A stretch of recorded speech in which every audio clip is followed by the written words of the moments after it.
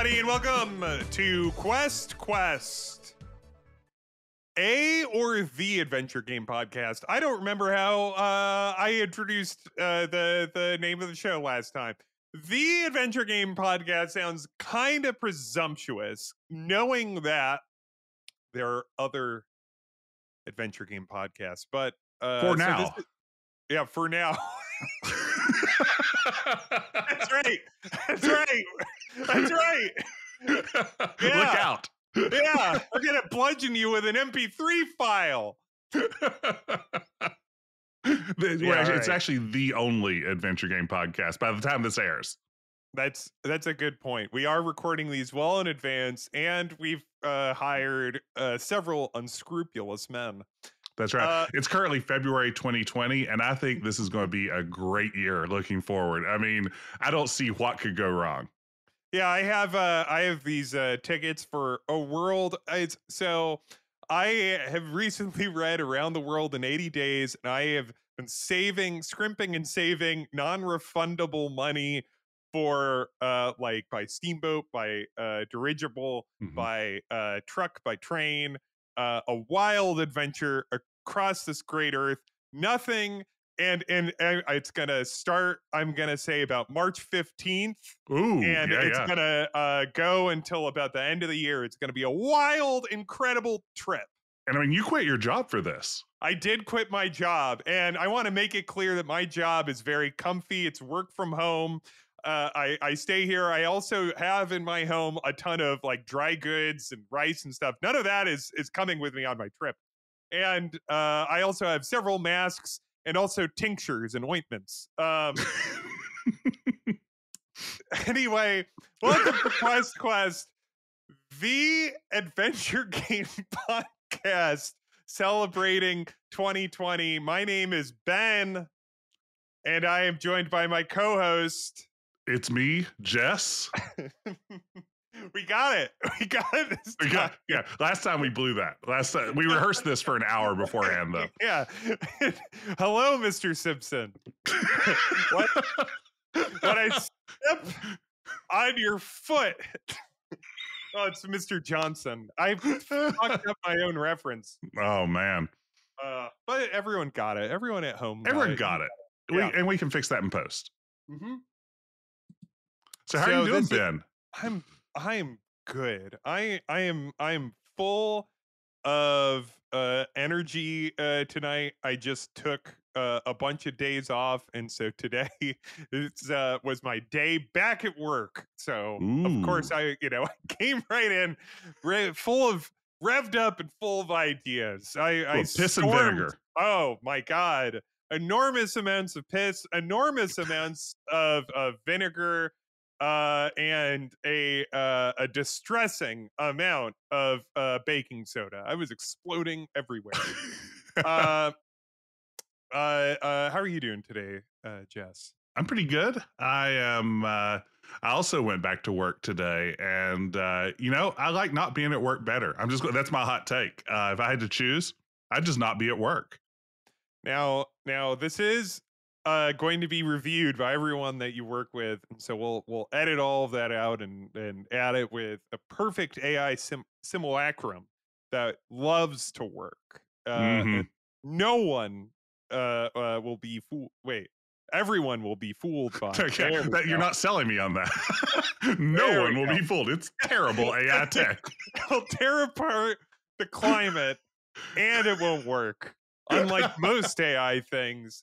The theme of today's episode, and we'll get to this, we have to have a whole lot of business up front. But the theme of today's episode is we're going to be talking about Sierra on-line systems,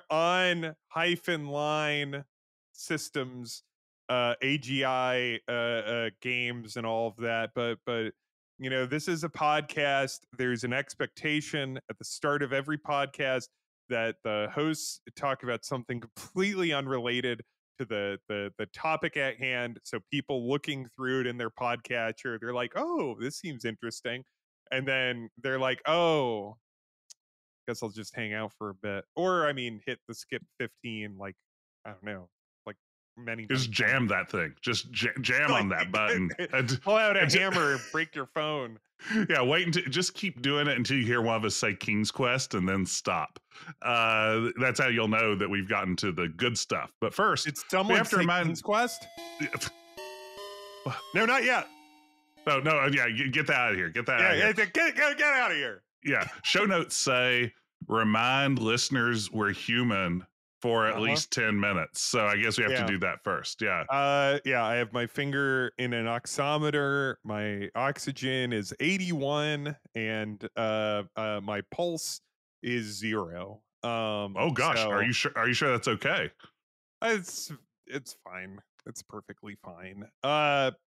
What have you been playing lately, Jess?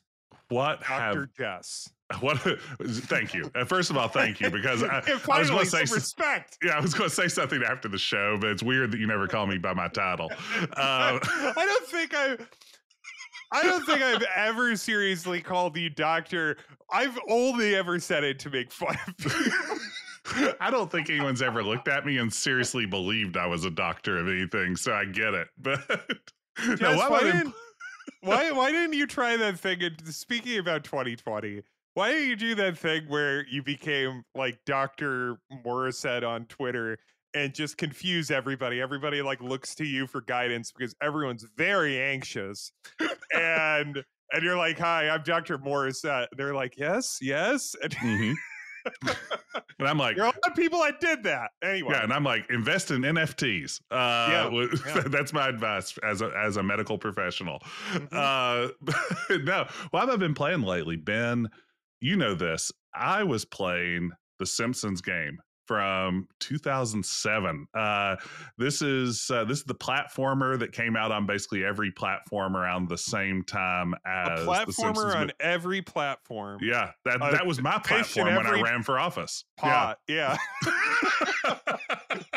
But yeah, it's the one that came out around the same time as the Simpsons movie, and it's bonkers. Like it's a game about video games where they make fun of video games by doing all the bad things that video games do, also badly.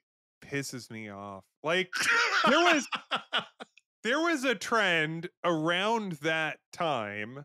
Because I would say, like, did he ever play like No More Heroes? Did he ever play any of those games? Like, and the Paper Mario games did this too, especially Super Paper Mario. Like where like they would have jokes about like they would have meta jokes about playing a game where it's like, players hate this and now we're gonna make you do it, isn't that funny? And it's like, no. I hate this for a reason. Don't make me do it. And it's almost worse. It's like all those other games I can imagine don't know they're putting me through this. But it's like right now you are admitting that you've like thrown me into a video game cliche that I would rather not experience. But yeah, I mean, what was one of the stupid cliches that? Well, I mean, some of them are just like, oh, here's a crate in the game. Isn't that hilarious that we have a crate in our game? And like comic book guy shows up and he's like, oh, here's a video game cliche. It's a crate. But then a lot of it is stuff like fiddly platforming puzzles, standing on two buttons at the same time with two different characters to open a door. Those aren't bad. They're just sort of tired. But then a lot of it is just like bad platforming action, just not, it's an ambitious platforming game without the best platforming mechanics behind it, that the whole time is just saying to you, the characters are literally saying stuff, isn't it sucky when games suck? It's like, and it's really funny because there's such do you remember the hype cycle leading up to the Simpsons game? Because I remember because also like the context, and this is 2024. We all love talking about context this year. Oh, absolutely. Context is king. Yeah. But this is the context of this is also that it's coming from that, like, because that was a 360 era game. Like that was 360 and Wii. So it's like the previous generation it felt like they were starting to finally understand how to make a good Simpsons game. And the way that they were doing that was by just making rip-offs of other games, because they Mhm. had Simpsons Road Rage, Hit which and was run. their Yeah. crazy taxi game, and then they had Hit and Run, which was their GTA game, which Mhm. everybody loved. And I don't know if you've gone back and played either of them. I don't think either of them are that fun to play now. But at the time, it was just like, this is better than Bart versus the Space Yeah. Mutants, which is And the garbage. people whose voices I recognize are voicing the characters, and as a Yeah, Simpsons fan, that just makes me happy. It's like, give me some of that Julie Kavner right now. Yeah, put it right in yeah. my No, veins. no, no. You don't want Julie Kavner right now, Not because right now. I mean, yeah, if you listen to an episode of 15 this years ago. now, yeah. Um, like, or really any of the cast. It's Yeah. her, like Marge is. I feel it's like the most noticeable, but you notice it in all of Harry Shearer's characters too. Mhm. Anyway, um, and so like, and then they're like, for this the Simpsons game. They were like, we got all the writers, and it's gonna be big, and we really, I think it was an EA game, wasn't it? Yes. EA, Oh, yeah, and and boy, did it's they poke fun at EA. They really, oh, I yeah. bet. Um, and and then like I came out, and I remember like all the reviews being like, oh, oh, oh, oh, I mean, well, spoiler alert, too. It's the most bonkers thing in the world that SimCity creator Will Wright in the Simpsons game is one of the is main it is it villains. is it voiced by Will Wright, or is it voiced by like Hank Azaria? That's a great question. I mean, the voice doesn't sound great enough to necessarily be like, oh, that's definitely a voice actor. But I don't know that for sure. But yeah, the idea of like, I who's the gotta most going on to evil Moby Games right person now. that you can like cast in the world of game design to be out to get the Simpsons? Yeah. And like Will Wright is such an odd choice to me. Like, who do you put in that slot? Who, I guess it has to be someone at EA, and the only person at EA who anyone would recognize their name, I guess, was Will Wright. So, all right, let's see here. Okay, I'm on Moby Games right mm-hmm. now. He is listed as a special guest star Oh wow, so he did his voice, and in the Simpsons game. yeah, I Yeah, all right. And so that game came out in 2007. I have to figure this part out. Spore didn't come out for another year, because then if Spore came out before that, you could also, have him be a villain, because it's like he made Spore, a game that sucks. yes, take that. Like, where was it? Sim City jokes, or was it the Sims joke? Like, what It was it? was the Just Sim Sims. City? He Yeah, go ahead. literally floats in on one of the Sims like green diamond thingies. Oh, okay. So he is like riding one of those rather than having it above his head. So he is definitely and I think he does like the classic. It's like, hi guys, I'm Will Wright, creator of SimCity and The Sims. That's But that's a really good thing. I remember back when I took comedy classes, which is true. oh, Back when I took comedy classes, and that's why everybody has to constantly hit pause when they're listening to this, or any podcast I've ever been is, because they're just too busy laughing to hear all the insightful points we're making. But back when I was taking those, I remember like talking about impressions, and in a class it's like, all right, we're gonna work on impressions, because if you have an SNL audition, you have to have a couple impressions in your pocket. mm-hmm. And one of the things that I remember, like, the person saying was, it's like, and don't have your impression be like, have built into it a person saying the name Yes, of the impression, because then it's not a good like, if now obviously Will Wright isn't doing an impression, it's just that no one, like, no one knows what Will Wright. I mean, maybe some listeners of this podcast would probably be able to, that's right. pull out a Will Wright, but like most people, the people that they hoped would buy the Simpsons game probably would not be able to identify either a Simpsons caricature or the voice of Will Wright. So but anyway, yeah, that's a terrible, like, yeah, like, imagine having your like doing the SNL showcase audition and coming in and being like, I'm gonna nail it, and just being like, I'm Donald Trump, like, awful. Now, Ben, I feel like all of our listeners would be upset if I didn't ask this follow-up question. Uh, I don't remember. no, who was in your back pocket? Who was it? I don't remember. Like, that's the Yeah. worst part, is that I like oh man. I don't have, this might be a thing where like we'll be halfway through our discussion of AGI and I'll be like Bruce Boxleitner. There you go. I always enjoy your Jimmy Stewart. Like, I think Yeah. that.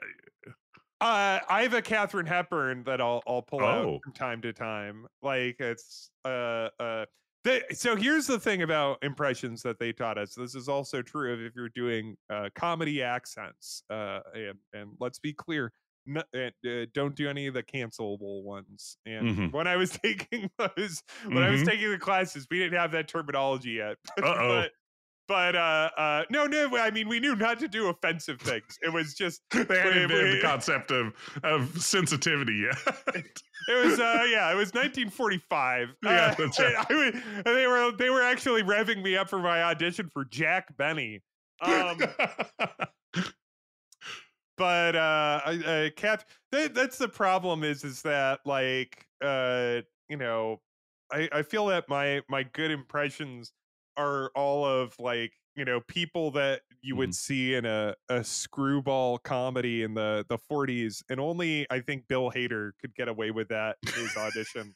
Well, Ben, let me ask you, what have you been playing? We know what I've been playing. What have you been playing? So I've been playing, I got back into FTL, the game FTL, which is a game that what will happen is I'll play it very intensely, then I'll put it down for like a year or two, and then I'll pick it back up and I'll play it very intensely in the cycle. Mm-hmm. So the guy I've been dating recently got into FTL. Like, he just bought it and he's been playing it very intensely. And so he was like, I saw him playing it on his deck, and I was kind of like, oh, maybe I'll play FTL again.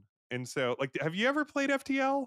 I had a cup of coffee with FTL. Like, I got a little bit into it, and something must have distracted me, because that's the kind of game that would scratch all of my addictive like neurons. Yeah, it seems like, because there's so much. And I'll explain, just for if you haven't played it. FTL is like a roguelike type game where you have you're controlling a little ship, and you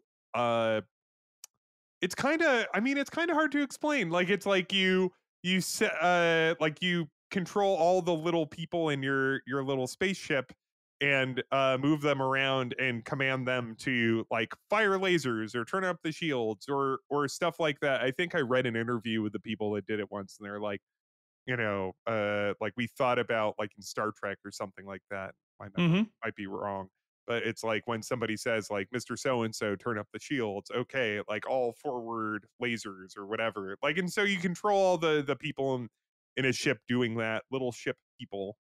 To name the Activision game. And you jump from like tiny little episodic area to the next one, and mostly you just get into little ship battles, and it's fun. Like, it's just very it intensely. I am very roguelike. If I'm not playing like an adventure game or something, or like a strategy game, I generally play a lot of roguelikes, because Oh, wow. Interesting. See, I tend to avoid that genre for the most part. Very instant gratification. Like, it's the same thing where it's like, you'll put something on, like, you'll have like a TV show on Netflix and a movie, Mm-hmm. and you'll be like, well, that movie is like 90 minutes or 2 hours. That seems like a long time. I'll watch a TV show. And then you watch like, 5 or 6 episodes of a TV show. So you end up watching more than you would have watched Yes. with a movie. Like, and that's how I kind of get with roguelikes. I'll look at like a long RPG or something like that, like Persona 5, which I talked about in the last one, which I've put down because I was just like I got overwhelmed by when the world opened up. And but then I'll play like a roguelike for a while. So you had FTL and a cup of coffee.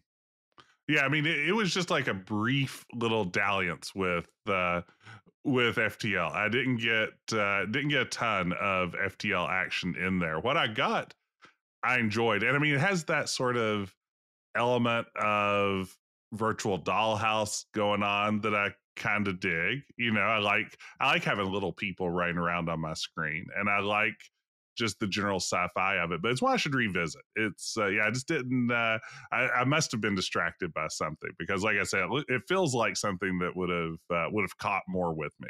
It has great graphics, Yeah. like a very good graphical style, has very good music. It's a very tight design, and then like 6 years after they made FTL, they made Into the Breach, which is also like a very fun and very tight Mm-hmm. like design, except that's a quick little strategy game, just like this little tactics game. That game kicks ass. Anyway, that's what I've been playing. I love you gotta Jess, you gotta get back into FTL. And I will not play the Simpsons game. No, I think that if I play FTL, you have to play the Simpsons game from start to finish. If I you didn't even beat the Simpsons game, did you? Well, you don't know what I do in my free time. Just because I You didn't played it on stream it. your stream. I guarantee you did not go back to it when you were not. That was a stream only game. You No, only were playing that for content. I'm actually I I'm play playing it FTL right. for pleasure. I'm playing it right now. I've got my Xbox controller in my hand. Yeah, I'm sure. doing it in a different window. Uh-huh. No, I mean, I will say I deleted the folder. I mean, threw away the disc as as soon as that stream was over. No, it's. I mean, it does suffer. Not to get back on the Simpsons, but it suffers from that problem of it does one thing on the first level, and then it's like, how Yeah. would you like 5 or 6 more hours of this one thing? Yeah, the Astro Chicken problem. That's what they call it. It's the Astro Chicken problem, which is and this is a great seg into then we'll start talking about actual adventure games. So this Uh is huh. not an AGI game. The Astro Chicken problem is, in my opinion, like it's like Astro Chicken when you like this mini game that you have to play. Uh, it never really varies up. You just do the same fucking thing, Mhm. like however many times you have to play this little arcade game in Space Quest 3. And like the only variation is that the chicken will sometimes spawn at a slightly different part of the thing, but it's just so boring to me. I just you know Yeah, I think that's and a really. I don't care about you saying, well, actually, it's because the two guys from Andromeda, they work for a bad company, and that's why they made a bad game. Well, yeah, but then you're making me play a bad game. This takes us back to the beginning. It all tied up. End of podcast. Thank you. No, we're still here. No, I think Ben, you did a great job there of summing up what someone who doesn't understand Astro Chicken would say about it. So I feel like you just don't. You just don't appreciate the intricacies of strategy that are at work there. You know, I mean, I get it. You're just defending this because you know that your Space Quest people are going to be listening to this podcast. People I have don't been want a with you nasty since note the from Scott 90s. Murphy. Yeah, I don't want Yeah. Scott Murphy to send me like a really angry tweet or something about. Yeah, so I'm all in on Astro Chicken. All right. Anyway, so today we're talking about AGI games. That's Adventure Game Interpreter. Is that right? Correct. Good start. Games that were made by Sierra Online in the 80s. First game was, of course, King's Quest 1. I was reading the Digital Antiquarian a little bit today on his article on King's Quest 1. And And this is also in. Did you ever read Stephen Levy's Hackers? Jess, Yes. Yes, yes. I think did that cover like that had early Sierra? Did that cover Oh the God, it's been development years. of King's Quest One? It's been a while since I read it too. I think it does. So I think what was like both in this article I reread today on Digital Antiquarian and Hackers, which I read a very long time ago. Like it was, and I even knew this because we had a PC Junior. It was made Wow. as like a for the PC Junior King's Quest One. Yeah, to really Uh, showcase its graphical, its sound capabilities, and in turn, Sierra was able to have IBM underwrite the development of an engine that they would go on to use for a yeah. number of other games. So it's Oh, win-win. watch this. Beautiful. It is. Using the was like the 3 voice That's 3 distinct synthesizer. voices. Yeah, that's All 3 of alto, them. baritone, and girl voice. The 3 voices. But yeah, I mean, like, let me peruse my notes. You said to me, the other day, and I don't know if it was in jest. Ah! Have you ever used that? Have you ever said that to anyone? There's Yes, no yes, way. yeah, Okay, good, yes, good, yes, good. I have, How yes. often have you used that? Today? Yeah, how I many mean, yeah, times just like today? probably 6 times today. I mean, yeah, 6 times today? people ask me to stop.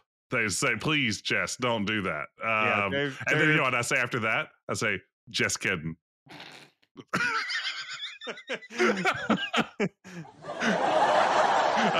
Thank you, audience. Thank you. um, but anyway, you said to me, or perhaps you were jesting, you could name all of the Sierra AGI games without Okay, looking them up. I've Can you got do this. it? There are All 14 right. of them. I know this. You want me There to are do it? Party 14. trick. Do it. Yeah. Party Party trick. trick. Okay. King's Quest 1, 2, 3, 4. Space Quest 1, 2. Mhm. Police Quest, Leisure Suit Larry, Gold Rush, Black Cauldron, Manhunter 1, Manhunter 2, Donald Duck's Playground, and Mixed Up Mother Goose. Whoa! Wow! Wow! that's Wow! that's wow. That's a useful skill. I mean, if I'm ever on a job interview and someone asks that, they're going to be blown away. Mr. Oh, I'm sorry, Doctor. And Thank it you. says right here, you can name all the AGI games. Mm-hmm. Uh, yeah. So it was kind of like for the PC Junior killer app. The problem was that no one bought the Mm-hmm. PC Junior, like, Now, I except for played my all of family. these. Yeah, no, I was just a poor kid from the coal fields, and all I could afford was a Tandy 1000 EX, which is what I played it on, and that's IBM PC Junior clone. So I had the Yeah, it 3 was a voices, I had the 16 colors. I just, didn't have all that fancy IBM branding. yeah. When it booted, it didn't have that big blue IBM thing, No. and then a display of all the colors. It's really cool. We had Boulder Dash on it too. Did Oh you have Boulder Dash on your Tandy? no. Oh, we had Boulder Dash. Oh, that was so cool. Anyway, it was. I think also like King's Quest One had a little bit of a hand. And now I'm again pulling I think mostly from the Digital Antiquarian. So don't at me. This is Mm-hmm. I'm citing my source. Uh, uh, but maybe I'm not. Maybe this isn't hackers. um, Or just made uh, up. where I just made up was that like IBM wanted it to be like King's Quest One to be a little more of the open world kind of Mm-hmm. concept than the more kind of linear sense that most of the other AGI games are. Like King's Quest 2 is a little more is like kind of open world, and then like I guess those King's Quests are all kind of like a little more of a like wander around a big geography. A type little of bit more, but I do think they get thing. more streamlined as they go. I think as you go, Yeah. like it's a straight through line. I mean, with the bridge and the doors, you add a certain structure that's much more straightforward for King's Quest 2. By the time you get to King's Quest 3 with stuff like Escape Manannan, get on the boat, get to Daventry, Right. all that. And then by 4, I feel like the open world stuff has really been reined back in as you get to that point. So yeah, I do think that it stays part of the DNA of the King's Quest games, but I think it kind of contracts a little bit over time. The like I and it's like King's Quest 1. So you're like you have a very clear objective. You have to get these 3 treasures. That's really like titular adventure you, Hmm. right? Like that's like, a colossal cave. It's like Right. you have to get these treasures and bring them back to the castle. That's essentially it's a very and like Colossal Cave similarly, which I played in VR, a lot of fun. Mm. Um uh uh but like obviously, if you watch in the little Colossal Cave cavern in the remake that they did, I think you have a interview with Roberta where she talks about how much and we're on a first name basis. I want to be clear, Yeah. Roberta Williams and Hmm. I. Dr. Williams, Yeah, Doctor. honorary. Yeah. Does she have an honorary doctorate? I mean, I wouldn't be surprised if I mean, she got it from somewhere. can we bestow one since I think I can bestow honorary doctorates if I have one.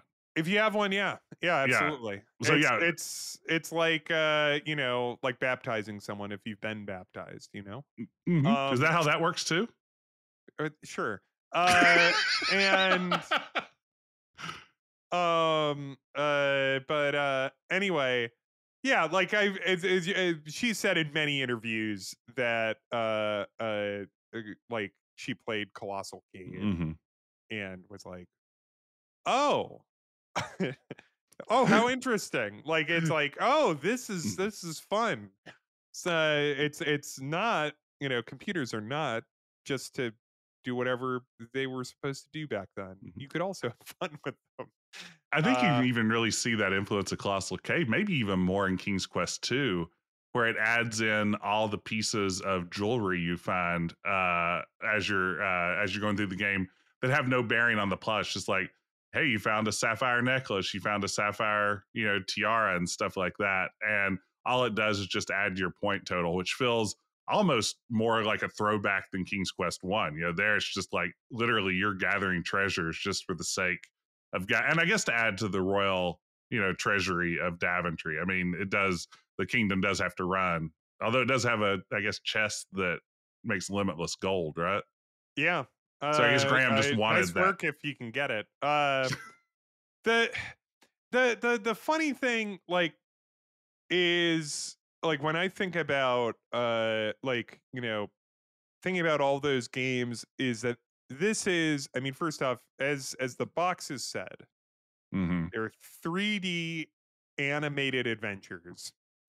But they like when I look at an AGI game, those look a lot more like an adventure game that you would play today uh than what came before them. Like it feels like you're like it is a very uh like a very close evolution to where we ended up, like where adventure games end up even today, and it still has like the text adventure, like it has the parser, Hmm. um and uh it has like as we were saying, it has a like the the earliest games have kind of like an early text adventure style of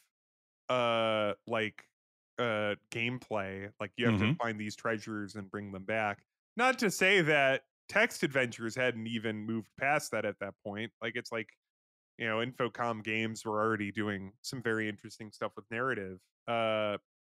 Though the time, because what, KQ1 comes out in 83, 4, 84, I think and 84.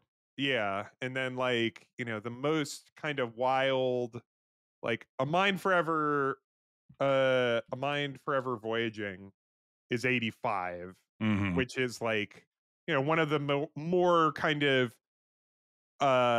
consciously arty Yes, infocom games. Like you have in 84 from Infocom, you have Hitchhiker's Guide, which is pretty, I mean, you just played that I actually. did. Definitely a um game, start to finish. but I mean, it's very written, and it's It not like is. a adventure, like it is its Right. Yeah. I own mean, it thing. has, yeah, it is narrative driven rather than like solving puzzles driven, which I feel like is the big like switch. It's exploration is part of it, solving puzzles is part of it, but the puzzles serve a bigger narrative. And like, I mean, before that, the year before that, in 83, you have Planetfall, which has like a character that it has Floyd, who you really Hmm. interact with.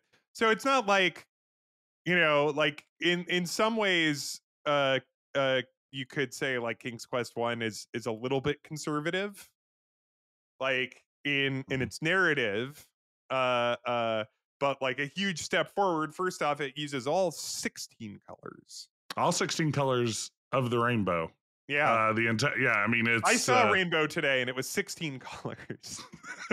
no, and I mean, you said earlier, it gets you like so far down the road to sort of what a modern adventure game looks like. I mean, yeah, Hmm. just the idea of being able to move a character around on the screen and that is how you're interacting with the world now. I mean, I feel like that, you know, if King's Quest wasn't the first game to do that, it certainly nailed that down as the primary way in which we tend to interact with adventure game worlds that's stuck around until today. I mean, we have some experiments here and there, a game like Myst, maybe most prominently, that switches to first person view. And we've seen, of course, visual novels and some other things like that continue to exist. But for the most part, a character in third person that you move around on a screen as you interact with the world is the way adventure games work. And King's Quest, definitely popularized that and went a long way toward pioneering it.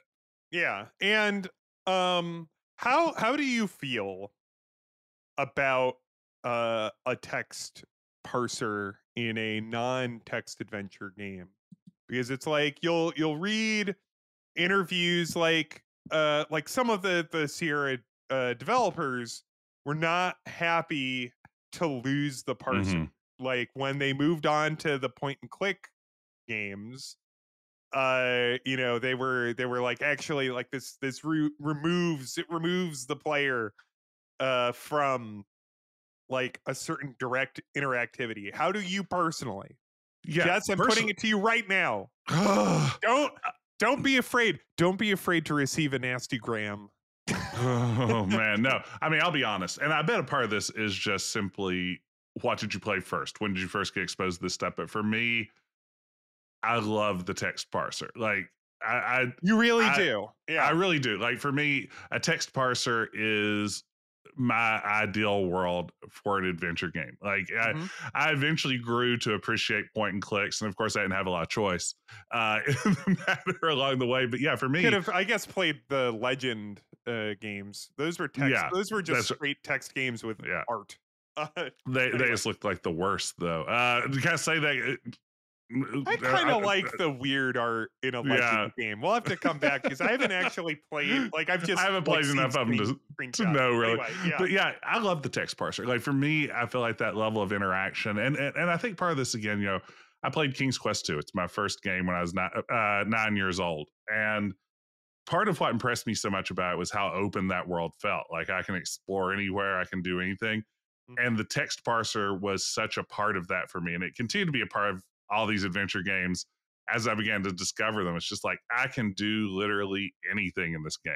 And even though it's like, well, actually, you can't because this parser is crummy and can't understand some pretty basic commands and stuff. But to my imagination, it meant that, like, if I can just string together the right two or three words, maybe anything's possible in this game. And I loved that about it. Like I missed That's that. yeah. That's it's funny because I think it is entry points. Because Yes. it's like for me, as I believe I've said, like I did start with King's Quest 1 on our PC Junior, except that I was a toddler. And so Mm. I didn't know how to type. I was just like walking King Graham around and killing him. Uh and and so when we got like I remember my sister had a 286 which she brought to college. She got King's Quest 5 for that. And but then later we got our own like a 486 and it had the point and click.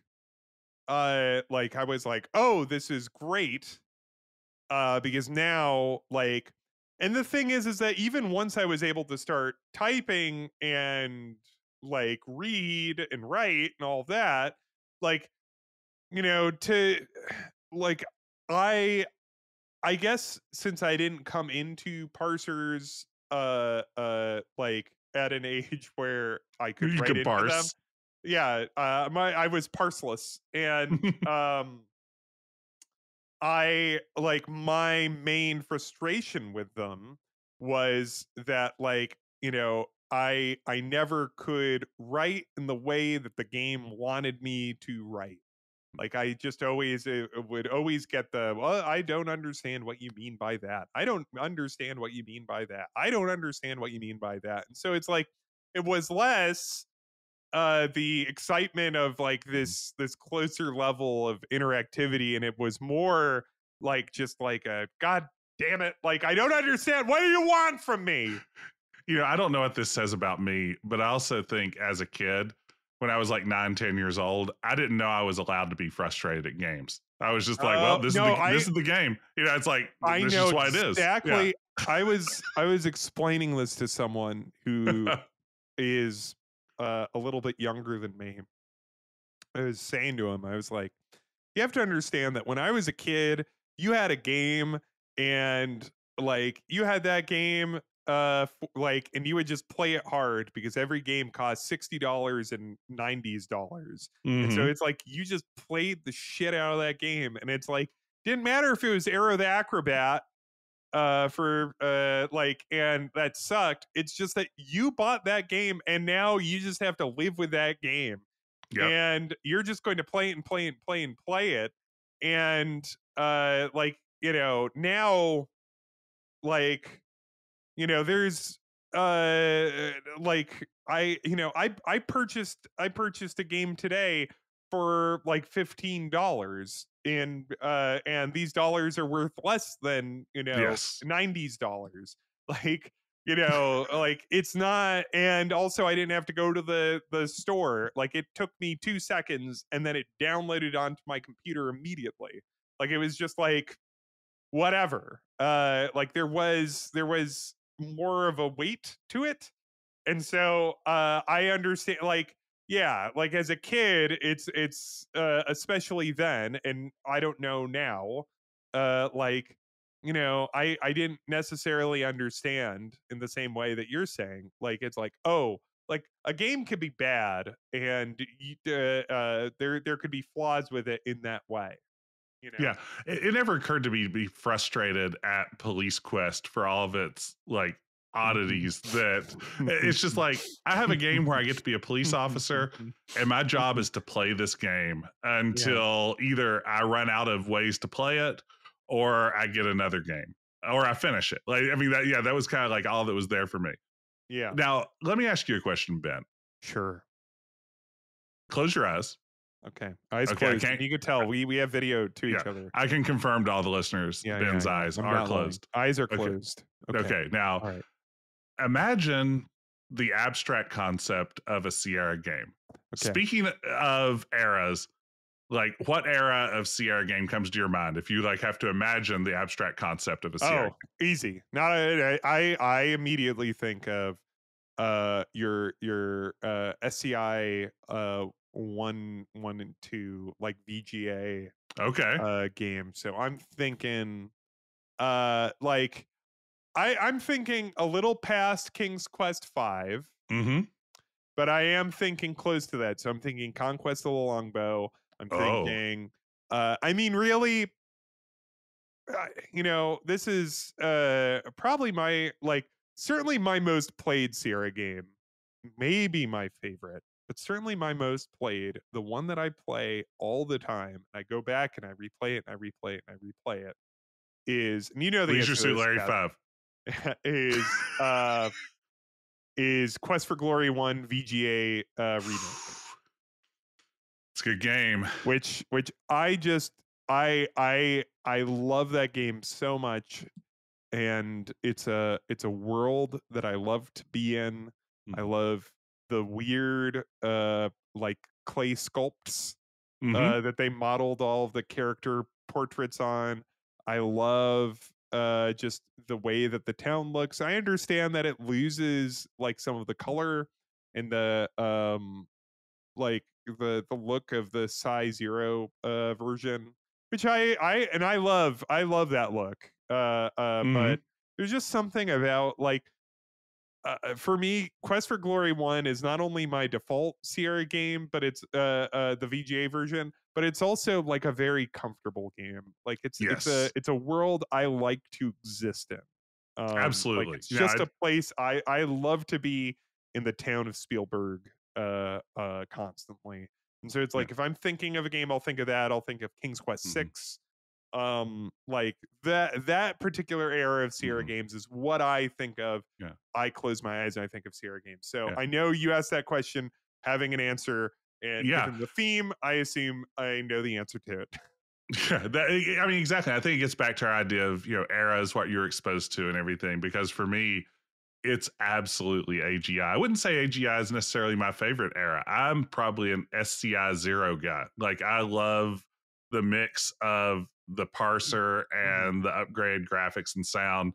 Like for me, we've had this discussion before, but I'm a Quest for Glory 1 EGA guy. Yeah, I love both of them. VGA is a fantastic remake. It's one of the few Sierra remakes that I think it's the best really, one. yeah, I mean, I think far and away it's the best of the bunch. But Yeah, yeah, for me, definitely when I think about a Sierra game, my brain flashes up like an AGI style image. And yeah, even though I love the later ones, there's just something about that to me that is just like primordial. It's weird. It's just like it's to my heart I in a weird way. AGI games will always look to me. I think it's the color palette, the low resolution, like everything has to be kind of big. Like first off, like that color palette is, they're very bright and bold colors, and then that you have to draw everything so big. um it has like the storybook quality. Hmm.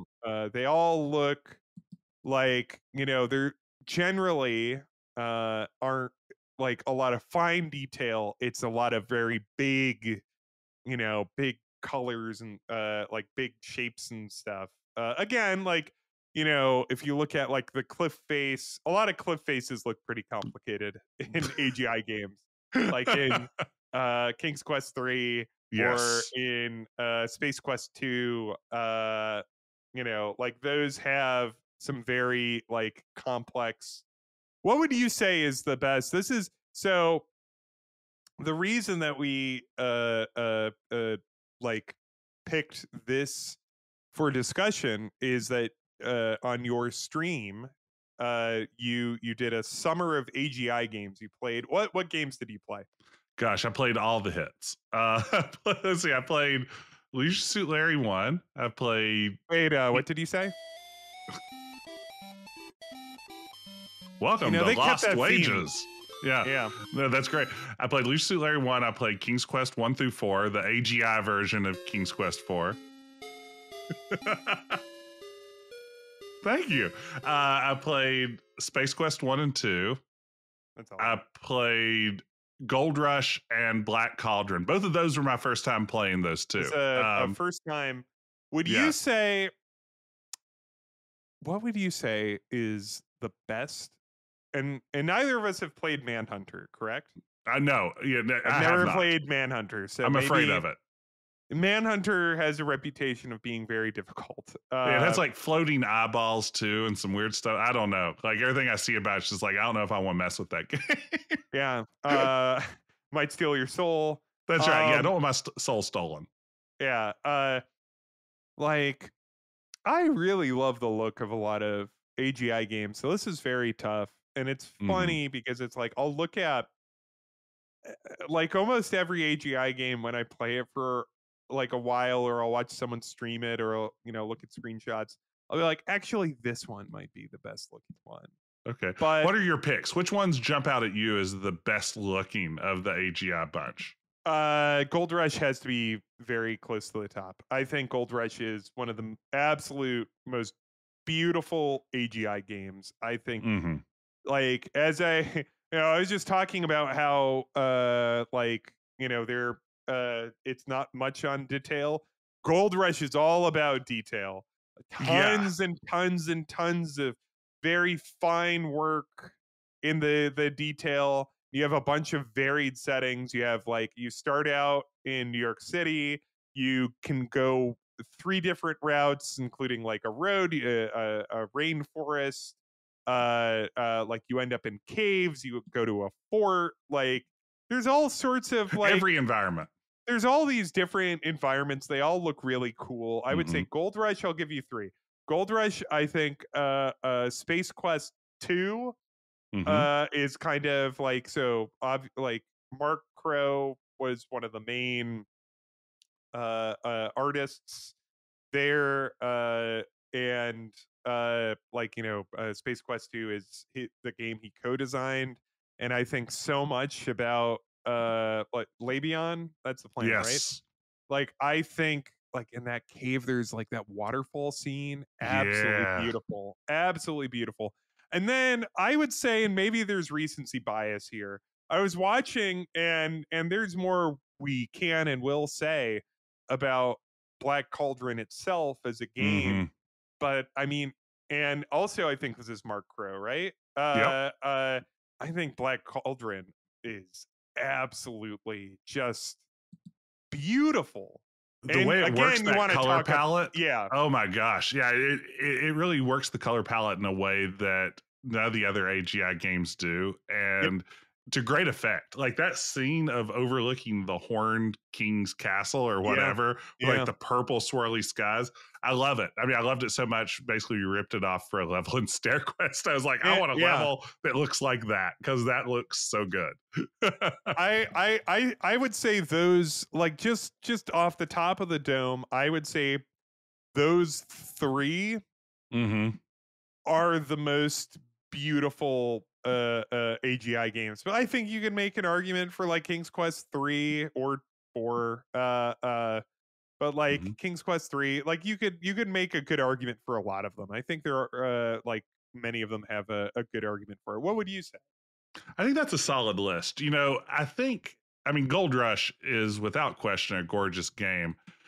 Part of me, and this is maybe the opposite of recency bias since I just played Gold Rush for the first time in the last couple of weeks.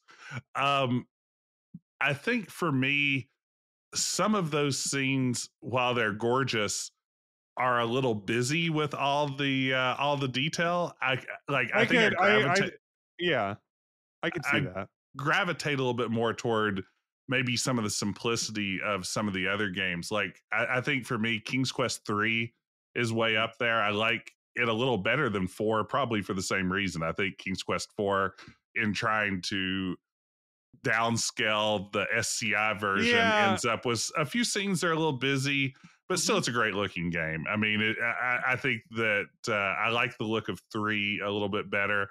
I would agree. Space Quest 2, just a fantastic looking game. I think But part of that the problem is, statue, like yeah, that, or like that creature, like that stone the, alien. yes, it's like vomiting water or Yeah, like whatever. that looks so good. It does. I think what holds Space Quest 2 back is that like there's just not a lot of opportunity once you get to the asteroid at the end for it to really look good. All of those just sort of turn into generic space station-y scenes and they get really repetitive. So the back half of the game is less exciting than the stuff on Labian or Labian. I'm not sure how we're pronouncing Mhm. that these days, but whichever it is. Yeah, those two are King's Quest 3, Space Quest 2, and then yeah, Gold Rush and Black Cauldron. Yeah, I think we kind of landed on the same ones. I Yeah. think there's a strong argument for all of them. I mean, Larry 1 looks pretty good. Very colorful. A little simple, but you know, they were still figuring out the details there at that point. You know, but yeah, I think that yeah, Black Cauldron does some neat stuff. I'm really, for a game that I did not enjoy like No. like much at all. No, it's a It's a gorgeous bad game. game. Yeah, I'm afraid it's a bad game. Like, yeah, I'm looking at screenshots right now since I already had Moby Games open of like Black Cauldron. And like you were playing the Apple 2GS version, which has a slightly different palette. I'm Yes. looking at the DOS version of it. And I just love, I mean, it looked the 2GS version of it. I think this version, like the DOS version, like it does so many interesting things with like contrast and like the way that the torches light the interior of the castle. I'm sure, I don't know, like, but I assume that they were like looking at, or Mark Crow was looking at like, you know, cells from the movie or like drawing, so he also had like a little bit of a point of reference. Maybe I haven't seen the movie. You've seen it. Yeah, I mean, it does. I mean, it follows the movie pretty closely, and a lot of the scenes are very recognizable. And I do know that, having read a little bit of the history on this, that I think Al Lowe and Roberta Williams got to go to Disney and actually see the cells and stuff. But a lot of that was brought back, I believe, for Mark and the rest of the team to look at too. And that's what I wondered as well, since Mark Crow was responsible for the art in so many of these AGI games. The fact that that one's so different, I have to assume, is the influence of, I mean, I doubt it was hands-on influence from Disney. Surely they weren't sitting there saying, it's like, oh, this is how we think you should use your 16 color palette. But I have to think that working from a source like that probably explains why it plays around with color a little bit differently than most of Mark's other games. Yeah, it's a really beautiful game. And then so like one of the other things I was thinking about, like looking at like these AGI games, and this kind of gets to like this loops back to something we were discussing earlier, which is it's like an interesting and funny thing about it, like about all of these games and about like Black Cauldron and Gold Rush and all these like other ones where they kind of color outside the lines a little bit in terms of game design, Mm-hmm. is that they have like a real kind of like we're not all the way there yet on what adventure game design would be. Some might argue that Sierra games took a long time to get there, but like you know, like Black Cauldron has you have to eat and drink for some reason. Super Um fun. Very fun mechanic. like, you know, Gold Rush very clearly is this edutainment, like it has a feel of a, you know, they saw the success of Oregon Trail and were like, we could make an adventure game version of Oregon Trail, and like someone might say like, well, Oregon Trail like is replayable. So I say, well, you'll be able to play Gold Rush 3 times. That's right. Each time better than the last. Yeah, each one has completely different completely random ways to kill you that you have no control over. Yeah. I mean, Um, sometimes things just go wrong. I think the game actually says something along those exact lines, does it? It's like sometimes yeah, bad things happen. yeah. It's It's like, you know, I guess that's an important lesson to teach children, but I don't know. Did I ever tell you about this? Is I've definitely talked about this on the stream. Did I ever tell you that I had a unit in middle school where we had to play Oregon Trail. This was Oregon Trail 3, which Oh was a wow. CD-ROM one. Yeah. And we got graded on how well you did on you just had an expression which people won't, but we got graded on how well you did on it. And it's like Oregon Trail is a game that relies on a lot of RNG. Like you can't like be docked points on your grade if like one of the kids dies in the covered wagon, because it's not like sometimes it's just a kid gets yellow fever and then just dies, like that's it. Like, Yeah, I mean, shit happens. that's it, exactly Yeah. it. My teacher should have had a little Enjoy bit your more of C. the yeah my teacher should have had a little bit more of that gold rush attitude, is what I'm saying. It's like sometimes bad things happen. Maybe we should have played gold rush instead.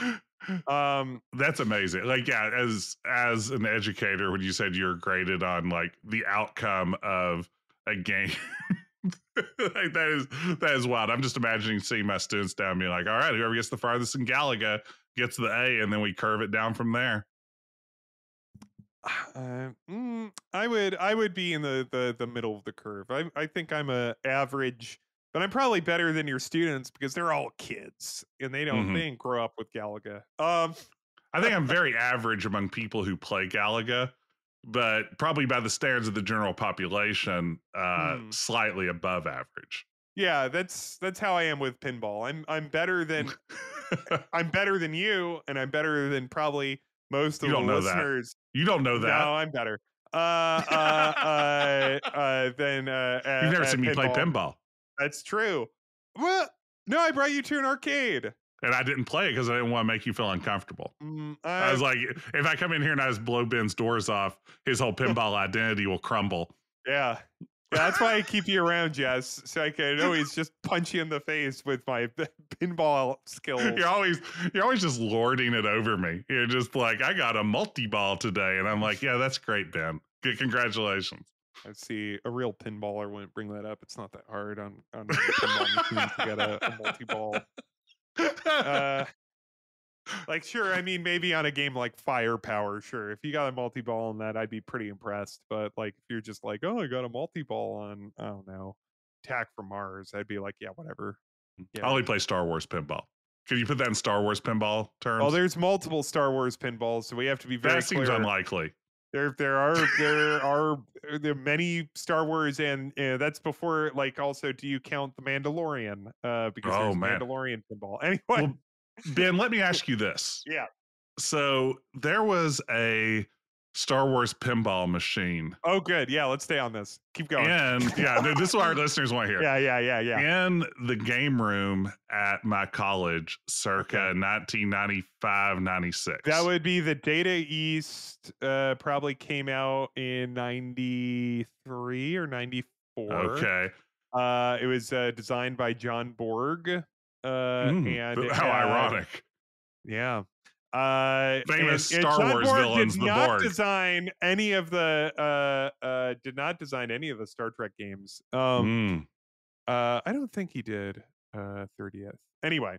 Well, because anyway, what I remember is in the question? attract mode of that game, like I'd be hanging out in the game room, being cool, like an undergrad, I was wearing a cigarette. I was wearing a denim jacket with canvas sleeves, like we did. I really hope you were. I really was. Yeah, that was absolutely what I was wearing. Yeah, absolutely. And I remember the attract mode would do this thing where it was just like pinball, oosh, oosh, oosh. I don't know if it was supposed to be Darth Vader laughing or what, but based on my vague recollection of a sound I heard in 1995, can you tell me what that oosh, oosh, oosh sound was? No, I don't. And the thing is, so I guess the moral of the story is you don't know so much about pinball. Well, that's true. Good point. The last time I played that game, I was playing a version that had custom ROMs that had been that fixed some of the bugs in the original software version done by Data East. So maybe it didn't have that. Well, I don't want to brag, but I got a multi-ball every time. Yeah, that's no, it's Data East Games handed out multi balls like candy. AGI games, though. Yeah, yeah, Um, yeah, yeah. So you know, you're like AGI games, like obviously the size you're like before you add mouse controls, it does have a little bit of this arcade, like it has a little bit of this arcade element to it, which obviously in we're gonna seg to it, we're gonna talk about it. You took as a major inspiration, like there's because you are in direct control of the characters in a way that you aren't even when you're playing like a point and click, like because in a point and click, like you click somewhere and they walk to it.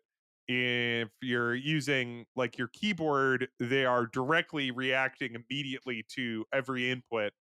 And so the AGI games have like a little bit, I don't know if you'd call it an arcade element to it, but it's like you had like the stairs. yeah, I mean, steering a character is almost arcade. It's weird. Like AGI games have a bizarre control scheme, and one that I think baffles people who've never played one before. This idea that you like hit a direction with your cursor and the character just careens in that direction until you press that same direction again or reroute them elsewhere, I think is weird. I think most people intuitively assume you hold down a cursor to move a character. When you let go of it, that's when they'll stop. And that's how it worked if you played those games with a joystick, which is what I did. As soon as you like let go of the I think joystick. we had the joystick on our PC Junior as well. Yeah. Yeah, but it's weird. It's a weird control scheme. And it makes that combined with the challenge of taking 3D spaces and rendering them in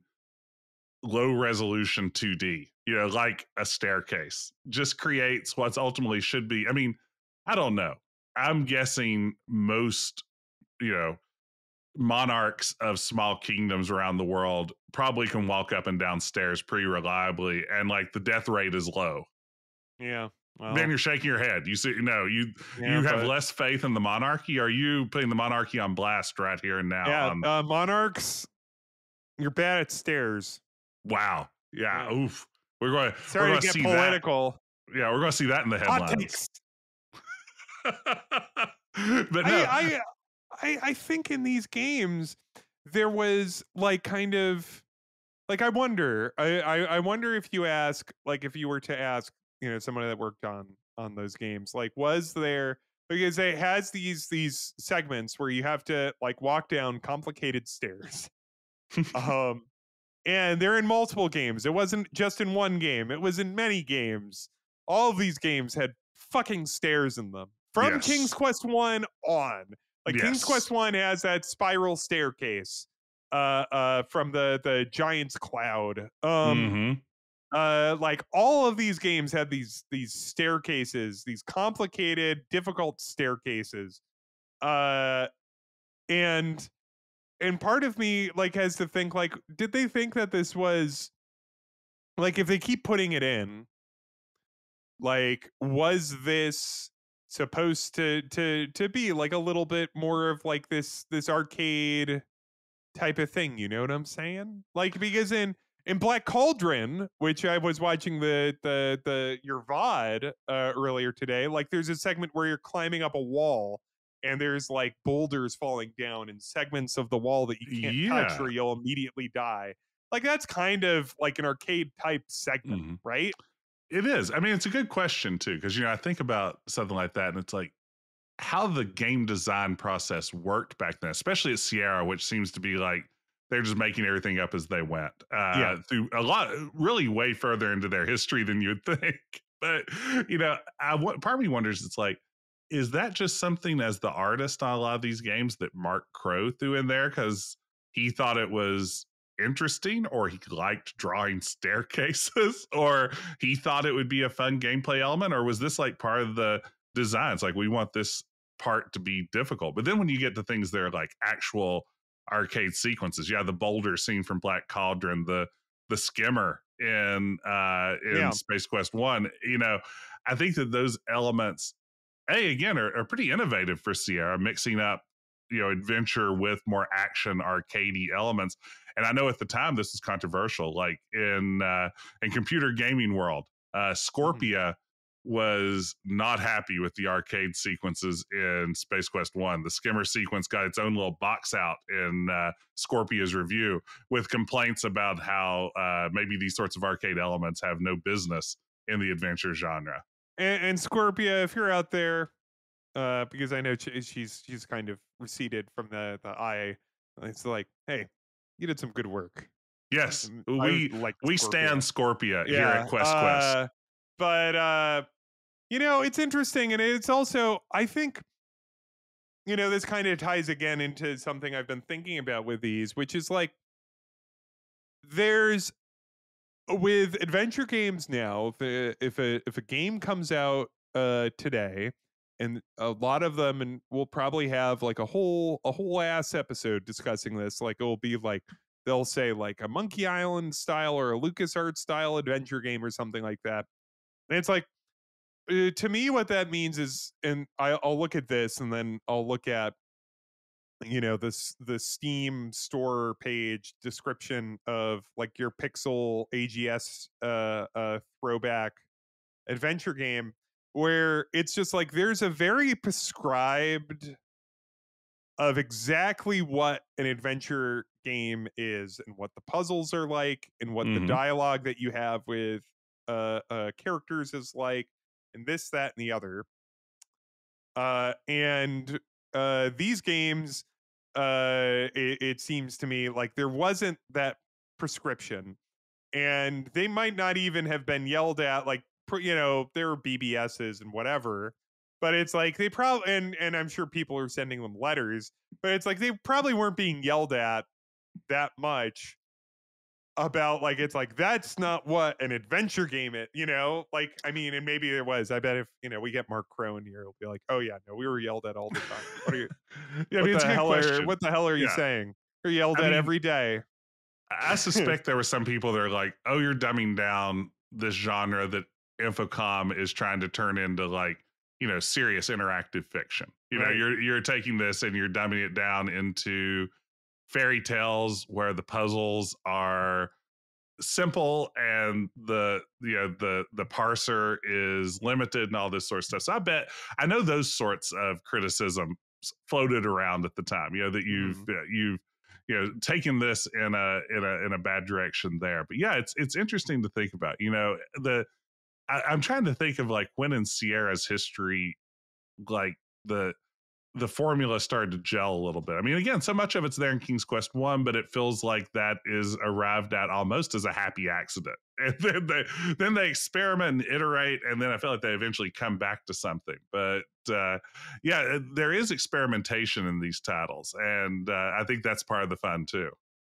Uh, and I would, so let's talk a little bit about SteerQuest. Okay, Wade, you were part of I think everybody that's listening to this knows what SteerQuest is. I don't know. You made SteerQuest. That's great. Or you were yeah, part of a team that made SteerQuest. A lot of people worked on SteerQuest. yeah. Um, but yeah, like, it's just interesting. I'm not even saying that it's bad, that it's so prescribed what an adventure game is, or it's like, well, if it's not this, it's like a Myst type of game, Hmm. something like that. It's just kind of interesting that like the that they were kind of making it up as they went along, and so it's just like, oh well, this is what today I've decided that Terran, that's the name of the main character in Black Yes. Cauldron, he has to eat and drink. And Stupid. people love that. And you can run out of food and water if you aren't careful, and then it's just game over. We're in soft lock heaven. And I mean, these AGI games are the land of soft locks, right? I mean, that Yeah. is, I think, maybe more so than any other run of games in adventure game history. This is where you're going to find the most brutal series of soft locks in most of these games. But Yeah, like say what you will about, like, some of the later Sierra output, which had them, but I mean, boy oh boy, would that come to bite you in the ass in an AGI game. And before I feel like we're coming towards the end here. I don't have a lot to say on this, but I'm just kind of curious. Did you? I played a little bit of like one or two, but not enough to really have formed an opinion. There are homebrew AGI games. Mm-hmm. Like, you know, there's what, 2 or 3 Space Quest AGI games, right? Yeah, the big ones are the Lost Chapter and the Space Quest Zero Replicated. Took me a second there. Yeah. And like those, you know, those do some, I mean, from my recollection playing them a long time ago, they do very interesting things with it. Like they put so much game, probably more than you could have fit into, you know, 4, 5 1/4 floppies. Like I don't know how big Replicated was. No, I mean it's tiny by the by the standards, and yeah, they do neat things. You know, adding like close up cut scenes and some other things that most AGI games weren't playing around with, especially the earlier AGI games. So yeah, that community was out there, and there are a bunch beyond that I haven't played. To be honest, I haven't played a lot of the AGI fan games either. I mean, we made StairQuest. It's of course an AGS game that's just made to look like it's an AGI game, because the thought of trying to create it in AGI would have been so much more daunting. Yeah, I mean AGS, like, you know, I've made something in AGS. Like it's doable. Like it's a doable thing. You can mess around with it. Have I ever released anything in AGS? No, I just tootled around with it and was like, oh look, that little Roger from Space Quest 4 that's in the game. I made him walk around a screen, walk there you behind go. a thing. I mean, anyway, that's the dream. That's the dream. I mean, as a nerdy kid, like that is the greatest thing in the world you can do, right? To do your own little version of one of these silly games. Yeah. So, is there anything else on this topic before we slam the door shut and never speak about another AGI game ever again in our entire lives, or ever play one? This is it. We're done. Well, I guess shout out to the creators of AGI, Chuck Tingley and Ken McNeil. And Ben, I'm curious, do you think AGI would have been different if instead of Chuck Tingley working on it, if Chuck Tingle had been one of the lead developers? Yeah, you know, like, yeah, it would be what I'm trying to think of a double entendre King's Quest name, and you know, it's just completely escaping me. Like, I don't know, King's Breast. I don't know. Nailed it. You did it. Congrats. That's it, Ben. I actually DM'd Chuck Tingle before the stream and I said, come up with a title based on King's Quest. That's what Chuck Tingle gave too. So you nailed it. I bet this is really hitting the core audience right now, making Chuck Tingle jokes. Yeah. Well, then I think then with all of that, thank you to the everybody that's ever touched an AGI game in any form. Yes, all of you. And that includes myself. So I think that wraps it up. Let me pull up, if you want to send us an email that we can discuss, and we're recording these well in advance, so maybe, you know, it will be discussed, you know, several episodes from now. But if you want to send us an email at questpodcast@gmail.com. We might read it. Or you could always follow us on our respective Twitches, where I am PS_Garrick, GARAK, and Jess is Decaf Jedi. He's also on YouTube. I think you're just Decaf Jedi there, right? Mm-hmm. Yeah. But you can follow us both there, or send us an email, or find our Discord and talk to us directly there. But until next time, thank you so much for joining us for Quest Quest.